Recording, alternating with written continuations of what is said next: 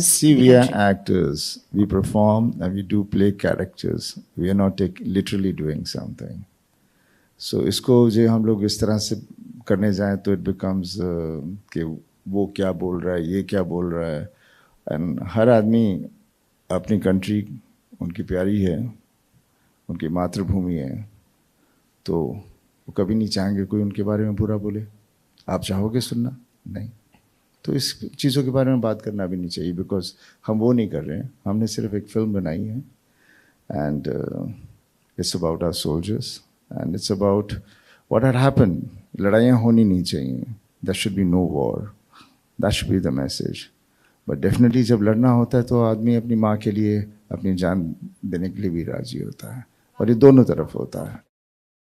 We are a very peace loving country. We are very peace loving people. हमें भी शांति चाहिए, अमन चाहिए. We want peace only, and there should be no war, like Sunny sir said. But when it comes to it, then her film तो ऐसे नहीं हो सकती. बेशक. और भी बेसिकली हमारी फिल्में जो बनती भी थी, पहले भी बनती थी और अभी भी हमें वैसी करनी चाहिए. Which should reflect our society. जो हमारी सोसाइटी में हो रहा है उसके अंदर जो अच्छाई हैं, बुराई हैं, उसका रिफ्लेक्शन होता है अक्सर. That's what writing used to be initially.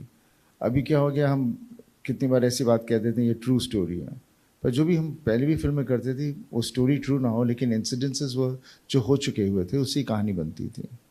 Coming back to the army film, definitely Lalkaar भी बनी थी पापा की, लेकिन हकीकत थी जो फिल्म जहाँ से इस सब चीज़ों का एक जोश शुरू हुआ था.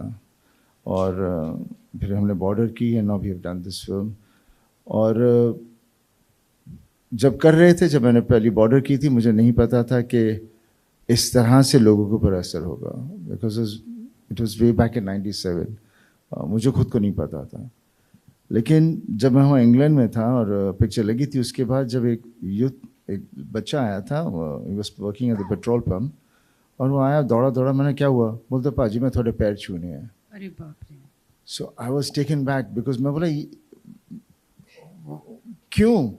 And then it was the respect for the film Border, what we portrayed about the soldiers. So you understood.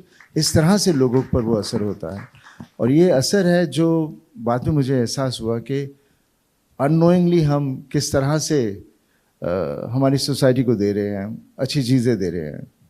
और कुदरती मैंने मोस्टली जितनी भी मेरी फिल्में रही हैं, कुछ रही इस तरह की हैं.